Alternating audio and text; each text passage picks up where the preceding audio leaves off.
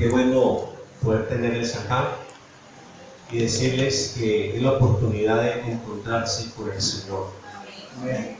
Quiero predicar la palabra del Señor Jesús en esta noche con una reflexión sobre la necesidad de ser amigos de Dios. Amén. Invitamos a los amigos, ¿cierto? Amén. Y ese término, pues, nosotros lo usamos para referirnos a las personas que no son parte de la congregación, pero que tienen de alguna manera un acercamiento a algún hermano, bien sea por familiaridad o por trabajo. Y entonces, al invitarlos a la iglesia, pues nosotros les llamamos amigos. Pero qué bueno en esta noche que todos nosotros podamos ser verdaderamente amigos del Señor, amigos de Él. Y he tomado este pasaje bíblico porque Abraham fue un referente dentro de las Escrituras como el hombre que llegó a ganarse la amistad de Dios. Y se la ganó de una forma profunda y sincera. Y no solamente se ganó la amistad de Dios, sino que también se ganó el favor de Dios. Al ser Dios amigo de Abraham, Dios le entregó a Abraham todo lo que Abraham nunca llegó a imaginarse. ¿Qué sabe eso? Dios le entregó a Abraham lo que él nunca llegó a imaginarse. Yo creo que nosotros nunca nos habíamos llegado a imaginar llegar el momento de estar en una iglesia cantando, alabando a Dios. Y es más, probablemente nunca se cruzó por nuestra vida qué era el significado de sentir a Dios. Sentir a Dios. Todos crecimos dentro de una religión en la que adoramos a ese Dios en diferentes manifestaciones o diferentes deidades con diferentes nombres. Teníamos las imágenes, las cargábamos, pero ninguno de nosotros llegamos a tener una experiencia, un encuentro cercano con ese Dios. Amén. Los encuentros cercanos con Dios son los que han marcado la gran diferencia entre una vida alejada de Él y una vida cercana a Él. Abraham vivía en la tierra de Ur de los Caldeos, una tierra que, según la historia, hombres paganos llenos de maldad, de iniquidad, entregados a la idolatría, a toda clase de aberraciones, vivían en aquella región. Y Abraham vivía allá. La Biblia no estipula si Abraham era un hombre igual a los demás, cargado de pecados, de iniquidades, pero lo más probable es que algún error, algún pecado, alguna falencia hubiera tenido Abraham. Pero Dios tenía un propósito para con él. Dios llama a Abraham estando en la tierra de Ur de los Caldeos. Y lo llama con el propósito de bendecirlo a él. Dios había dicho a Abraham: sal de tu tierra y de tu parentela a la tierra que yo te mostraré, y haré de ti una nación grande, y te bendeciré, y serás bendición. Amén. ¿Y sabe quién vino a ser Abraham siglos después en la historia de la Biblia? Abraham vino a ser conocido como el padre de Isaac, el padre de Jacob, el padre de Israel. Vino a ser un referente dentro del pueblo judío. Vino a ser un referente entre el pueblo no cristiano, entre el pueblo gentil. Vino a ser el referente de un hombre que caminó con Dios por la fe, de un hombre que vivió para Dios, de un hombre que le creyó a Dios y que se atrevió a abandonar todo lo que representaba para él un valor social, porque tuvo que dejar su familia, tuvo que dejar sus amigos, tuvo que dejar sus tierras. Y lo que dice la Biblia es que cuando él salió sin saber a dónde iba. ¿Y por qué este hombre tan loco? Dirá usted. Porque es que el encuentro que Abraham tuvo con Dios fue sobrenatural. Nunca antes él había tenido un encuentro con Dios. Y para ilustrarle esto, le voy a poner brevemente el ejemplo de Moisés. Moisés fue llamado por Dios cuando ya era prácticamente un hombre anciano de 80 años. Y aunque la Biblia lo coloca a él como el libertador, como el caudillo de Israel, Moisés en sus 80 años nunca había tenido una experiencia con el Dios. Y un día él, pastoreando las ovejas de Jetro, su suegro, por allá se encontró un arbusto, una zarza que ardía en medio del sol abrasador. Y la Biblia dice que él se acercó para ver por qué esa zarza ardía, pero no se consumía. Para él era normal ver los montes ardiendo por el fuerte calor. Para él era normal. Pero probablemente él había estado viendo esa zarza arder en la mañana y de pronto al mediodía alzó sus ojos y siguió viendo que la zarza ardía. Y él dijo, esto es algo anormal, esto no es natural, que una zarza arda y no se consuma. Y se acercó, dice la Biblia, para ver por qué la zarza ardía y no se consumía. Y cuando se acercó, se encontró que no era simplemente un fuego, que era la gloria de Dios, que era el poder de Dios que circundaba, que rodeaba esa zarza. Y lo más sorprendente para él es que de esa zarza sale una voz que le dice: Moisés, quita el calzado de tus pies, porque el lugar donde tú estás, tierra santa es.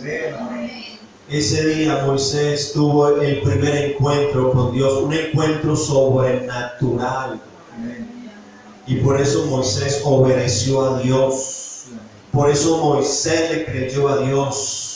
Yo creo, mi amigo, que lo que hace que nosotros nos convirtamos al Evangelio no es un templo bonito, no es una predicación llena de buena oratoria. Lo que hace que nos convirtamos al Señor no tiene que ser la necesidad de ser sanos o la necesidad de conseguir un empleo o una esposa o un esposo. Lo que nos tiene que llevar a convertirnos al Señor verdaderamente es poder tener un encuentro con ese Dios invisible, con ese Dios que aunque de pronto no lo conozcamos, Él se deja sentir en nuestro interior. Y Abraham lo sintió cuando él escuchó la voz de él que le decía: sal de tu tierra y de tu parentela a la tierra que yo te mostraré. Y le creyó a Dios. Y miren, es colocado dentro de las Escrituras como un referente especial de lo que es la justicia que Dios entra a obrar en el creyente. en la carta del apóstol Pablo a los romanos, en el capítulo 4 y en el versículo 1 dice, coloca allí el escritor o el traductor, coloca un título a este capítulo, Romanos capítulo 4, que dice el ejemplo de Abraham. Oiga, mi amigo, es que tantos siglos después de que Dios llamó a Abraham, este hombre siguió siendo el hombre que estaba en la mente de los escritores bíblicos. El ejemplo de Abraham. Y dice, ¿qué pues diremos que halló Abraham nuestro padre según la carne? Porque si Abraham fue justificado por las obras, tiene de qué gloriarse, pero no para con Dios. Porque, ¿qué dice la Escritura?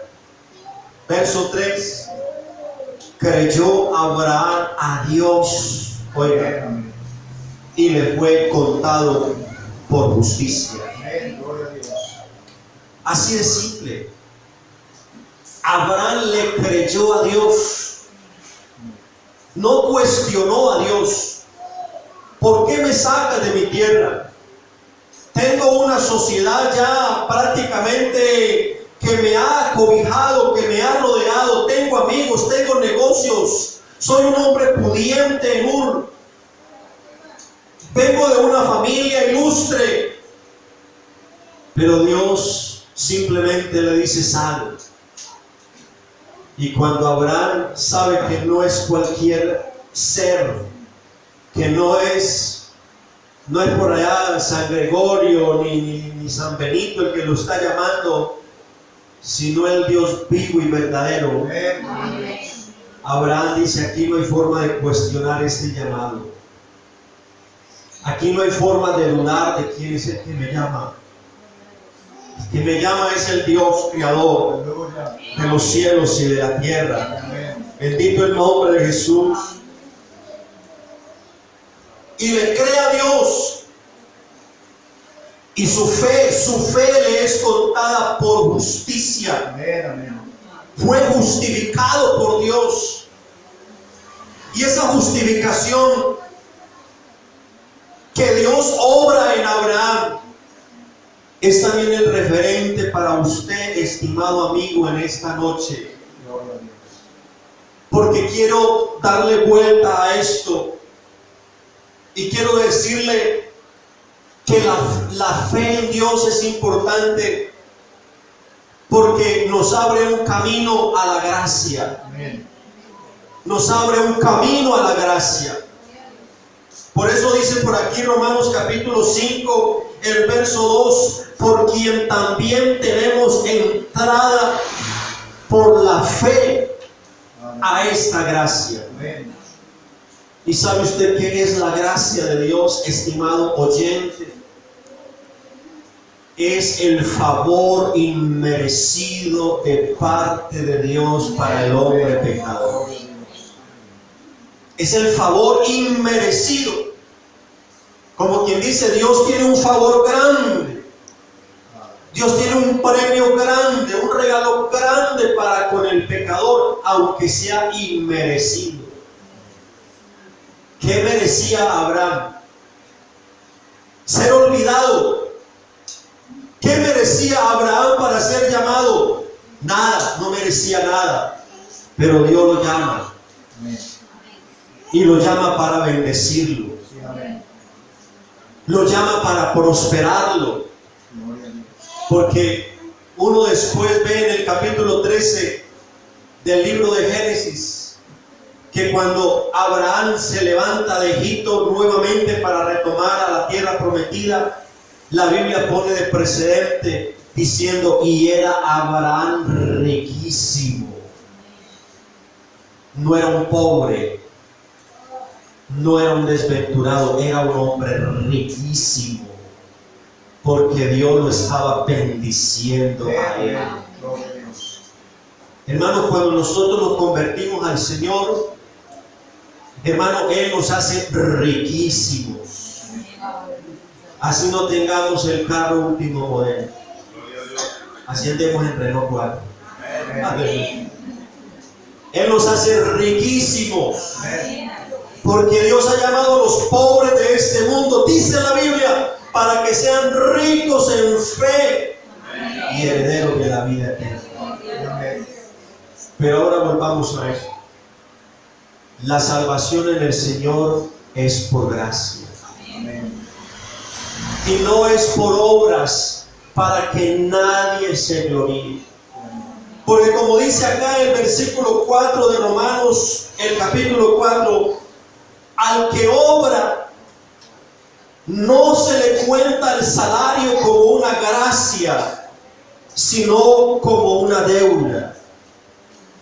En otras palabras, Dios nunca estuvo en deuda con Abraham, porque lo que Dios le entregó a Abraham se lo entregó por gracia.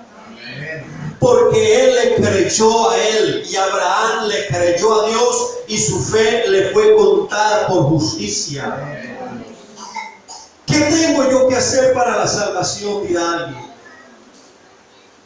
Mire, uno como pastor escucha personas que tienen razón dentro de lo que es lo lógico, dentro de lo que es lo razonable. Tienen razón de preguntarse: ¿yo cómo hago para ser salvo, pastor? En estos días me encontré con una persona que me decía: vea, yo he matado gente sin número, gente sin número. Y se puso a contar una cantidad de cosas. Y uno se pone a pensar: hombre, el hombre tiene razón cuando al considerarse a sí mismo como injusto, como pecador, como malo, perverso, dice: hombre, ¿cómo Dios me va a salvar a mí? Si yo soy lo más malo, lo más perverso, si por mi mente no cruzan sino malos pensamientos a toda hora. Pero sabe que así es la gracia de Dios. Así es la gracia de Dios. La Biblia dice que Dios, habiendo pasado por alto en su paciencia los pecados nuestros, en otras palabras, Dios cruza un puente por encima de nosotros o de nuestras maldades. Él tiene un puente, y ese puente es la misericordia de Dios. Porque Él, como dice el escritor, no nos ha pagado conforme a nuestras maldades, ni conforme a la multitud de nuestros pecados. Hermanos, si Él nos pagara, si Él nos recompensara conforme a nuestras obras, seríamos fulminantemente destruidos por Dios. Amén. Pero la gracia de Dios es que, siendo aún pecadores, Él se atrevió a entregar todo por amor a nosotros. Amén. La ira de Dios ya se había derramado sobre todos los seres humanos.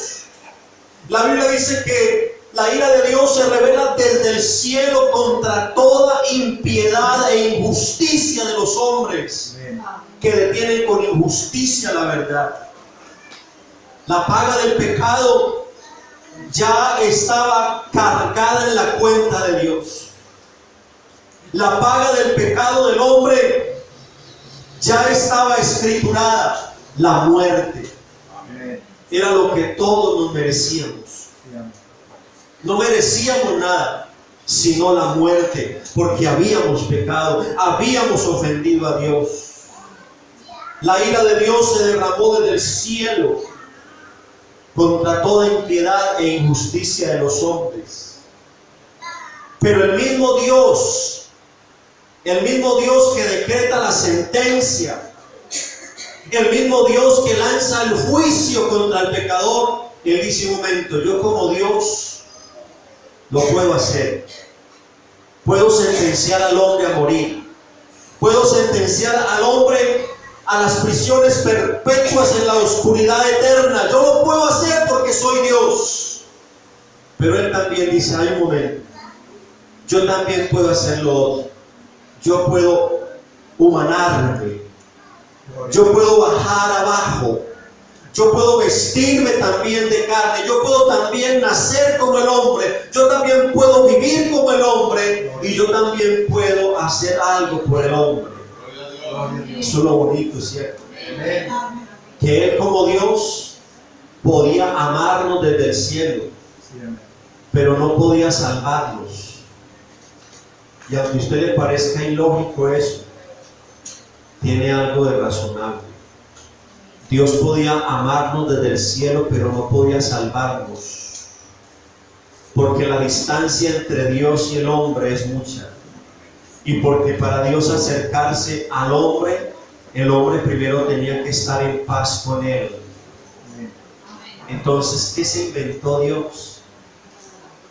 ¿Qué fue lo que Dios diseñó? ¿Cuál fue el plan de Dios para salvar al hombre perdido?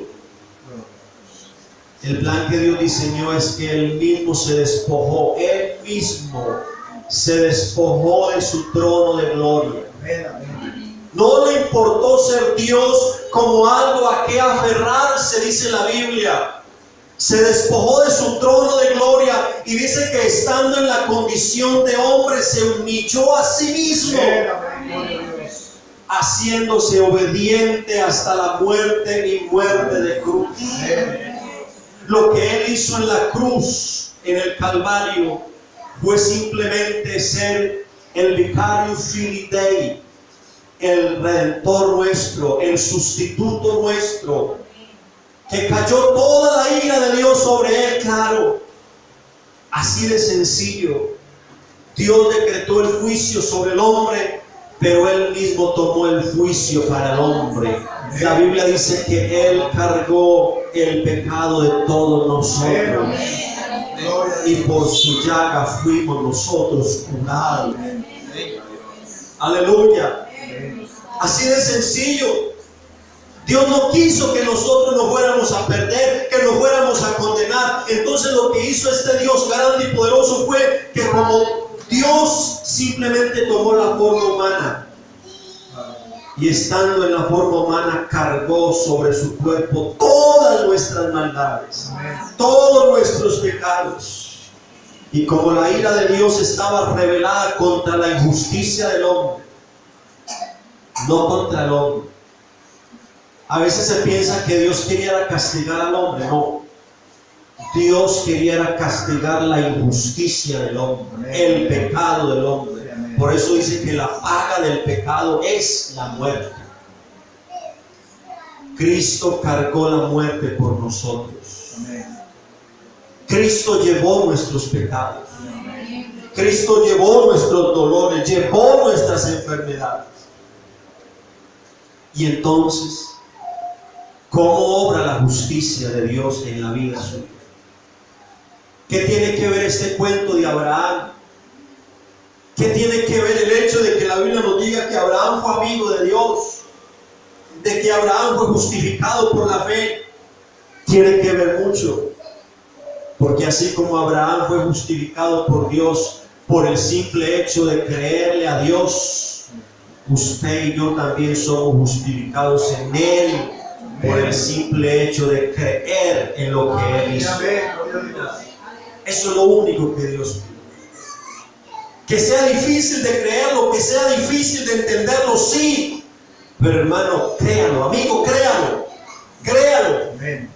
El sacrificio de Dios quita el pecado del hombre. El sacrificio de Dios en la cruz del Calvario redime al hombre de toda maldad. Aleluya. Él fue ofrecido, dice la Biblia, una sola vez para llevar nuestros pecados. Y aparecerá por segunda vez sin relación alguna con el pecado para salvar a los que le esperan. Ahora le voy a leer lo que dice acá en Romanos 3, verso 21. Ahora, aparte de la ley, se ha manifestado la justicia de Dios, testificada por la ley y los profetas. ¿Qué era la ley? La ley de Moisés le decía al hombre: haz esto y vivirás. No mates, no robes, Todos nosotros sabemos los 10 mandamientos, ¿cierto? Nos los aprendimos en la escuela, nos los aprendimos en la iglesia, nos los enseñaron en la casa, los 10 mandamientos de la ley de Dios. Esos 10 mandamientos formaban parte del decálogo de las leyes que Dios le había dado a Moisés para el pueblo. Y el pueblo recibió la ley y dijeron, sí, nosotros vamos a hacer todo lo que Él ha dicho. Pero un día dijeron, ¿quién nos puede librar de esto? El hombre estaba imposibilitado para cumplir la ley, porque la ley le exigía al hombre, la ley condenaba al hombre. Pero ¿sabe qué hace la gracia de Dios? La gracia de Dios no te condena, la gracia de Dios te enseña a vivir en este siglo sana y piadosamente. Bendito el nombre de Jesús. Por eso dice el versículo 21, aparte de la ley, se ha manifestado la justicia de Dios, testificada por la ley y los profetas. ¿Cómo obra esta justicia? La justicia de Dios, oiga, por medio de la fe en Jesucristo. ¿Para quiénes? Oiga, ¿para quiénes? Para todos los que creen en Él, porque no hay diferencia. Por cuanto todos pecaron, dice, y están destituidos de la gloria de Dios. Pero dice también el verso 24, siendo justificados, dice, gratuitamente por su gracia. Como quien dice, Dios nos justifica, no nos cobra nada. Lo único que el hombre tiene que hacer es crea lo que Él hizo. Crea lo que Él hizo por usted y por mí en el Calvario un día hace más de 2000 años. Crea que Él llevó sus pecados, que Él llevó sus maldades, y que a pesar de que la ira de Dios estaba derramada sobre usted, esa ira no nos alcanzó, sino que esa ira de Dios cayó sobre su propia humanidad. Él aplacó la ira de Dios. Él aplacó el justo juicio de Dios para con todos nosotros. ¿Y sabe qué es lo que hace este Dios maravilloso? Nos amputa, nos quita el pecado de nuestras vidas y nos imputa su santidad. Nos transfiere su santidad, nos transfiere su gracia, su misericordia. Eso es lo que hace este Dios maravilloso, que siendo digno de condenación, siendo reo de muerte, Él ahora lo que simplemente es amor y gracia. Y Él dice, si eres capaz de creer en mí, yo te he librado de la muerte, te he librado del pecado. Si eres capaz de creer en mí, mira, aquí te ofrezco mi amor, te ofrezco mi perdón, te ofrezco mi misericordia, te ofrezco un vestido nuevo, un vestido de paz, un vestido de justicia. Aleluya al Señor. Por eso es lo que dice aquí el versículo. Siendo justificados gratuitamente por su gracia, mediante la redención que es en Cristo Jesús, a quien Dios puso como propiciación por medio de la fe en su sangre, para manifestar su justicia, oiga, a causa de haber pasado por alto en su paciencia los pecados pasados. Dios pasa por alto, mi amigo. Si usted es un borracho, un delincuente, un ladrón, adúltero, fornicario, ¿qué importa lo que usted sea hoy? Aquí no te vamos a mirar mal por lo que seas. Aquí no vamos a estratificar tu pecado, a cuantificar cuánto es tu paga. Aquí lo que te podemos decir es que ese Dios de amor en esta noche puede perdonarte. En esta noche puede salvarte.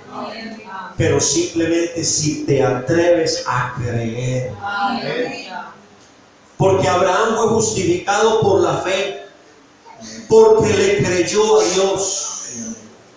Y esa fe de Abraham lo llevó a obedecer. Esa fe de Abraham lo llevó a salir de la tierra a la tierra prometida. Gloria al nombre de Jesús. Por eso la Biblia dice acá que al que obra no se le cuenta el salario como una gracia, sino como una deuda. Y Abraham sí, él obró, pero es que él obró en una fe de obediencia a Dios. En otras palabras, si él salió sin saber a dónde iba, él no iba pensando simplemente en el premio, él iba pensando en que está obedeciendo a Dios. Por eso yo le decía, nosotros no somos salvos por obras, pero sí somos salvos para hacer buenas obras. Los cristianos somos salvos por la gracia del Señor, pero tenemos buenas obras porque el que habita en nosotros nos permite hacer buenas obras para la gloria de Él. Amén. Y no porque las obras nos justifiquen, sino porque las obras son el resultado de una vida regenerada. Amén. Por eso ya no tomamos, por eso ya no hacemos el pecado, por eso ya no nos agrada el mundo en el cual vivíamos, porque el Señor nos ha cambiado. Amén. Si usted quiere que el Señor le cambie, le transforme su vida, entregue su vida a Él. Amén. Entregue su vida a Él. La Biblia dice, vuélvete en amistad con Dios. ¿Y sabes por qué dice la Biblia eso? La Biblia dice eso porque también en otra parte bíblico dice que Dios está airado contra el pecador todos los días.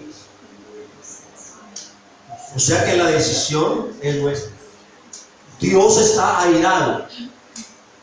Dios derrama contra el hombre su justicia. Pero para que el hombre sea librado de esa condenación, para que el hombre sea librado de ese juicio, lo único que el hombre tiene que hacer es volverse en amistad con Dios. Creerle al Señor.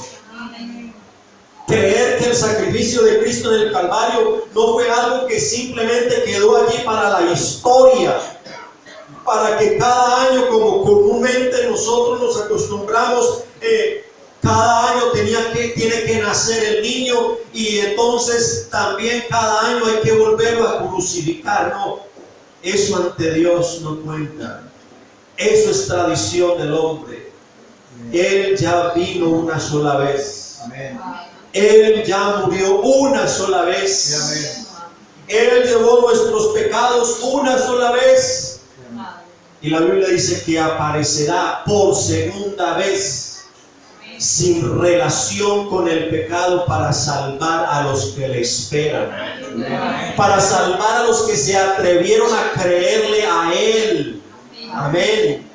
Por eso la Biblia dice que de tal manera amó Dios al mundo que ha dado a su Hijo unigénito, para que todo aquel que en Él cree, oiga, para que todo aquel que en Él crea no se pierda, mas tenga la vida eterna.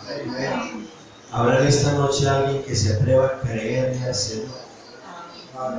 Yo quisiera orar por alguien en esta noche. Hermano, nosotros un día nos atrevimos a creerle al Señor. Nos atrevimos a creer. Amén. Y como dijo el apóstol, no es que seamos competentes, ¿no? Pero la Biblia nos invita a vivir una vida que agrade a Dios y nos invita a considerarnos como muertos al pecado. Es como el que se mira en un espejo y dice, uy, yo sí soy muy lindo, eso sí es una cosa muy hermosa. Así otros digan lo contrario. Pero él se ve en el espejo, o ella se ve en el espejo y dice, mucha hermosura por Dios. Se considera lindo, se considera bello. Nosotros tenemos que considerarnos salvos. Amén. Porque esta salvación nos la ofrece un Dios grande y misericordioso. ¿Qué hicimos nosotros para ganar la salvación? Nada, hermano, no hicimos nada. Lo único que hicimos en el mundo fue pecar y desagradar a Dios y hacer que Dios se enojara todos los días con nosotros. Pero lo que Él hizo, hermano, fue abrazarnos. llevar nuestros pecados, nuestras enfermedades y decirnos, si eres capaz de creer en mí, yo te perdono todo. Yo te perdono, yo te salvo. Yo te libro de la condenación. Eso es sencillo, eso es el Evangelio. Amén. Usted no necesita, amigo, leerse la Biblia de pasta a pasta. No necesita tampoco que le den una credencial de miembro de la Iglesia Pentecostal Unida para ser salvo. No necesita hacerse miembro de la iglesia exclusivamente para ser salvo. Usted necesita es creerle al Señor. Porque con el corazón se cree para justicia. Usted puede creer en esta noche. Y si lo puede creer, será para justicia suya. Amén. Al diablo no le gustará que usted crea lo que Él hizo. Lo que Jesús hizo en el Calvario. Al diablo no le va a gustar eso. Porque la Biblia dice que hay gozo delante de los ángeles. ¿Cuándo qué? Cuando un pecador se arrepiente. ¿Habrá algún amigo en esta noche que quiera entregarle su vida al Señor? Vamos a orar, hermanos. Estén en pie, no sé. Levante la mano a algún amigo que quiera que oremos en esta noche a su favor. Allá hay uno, allá hay otro. Dios le bendiga. Amén. Amén. ¿Quién más querrá en esta noche? Lleven amiga, Dios la bendiga. ¿Quién más querrá en esta noche que oremos a su favor?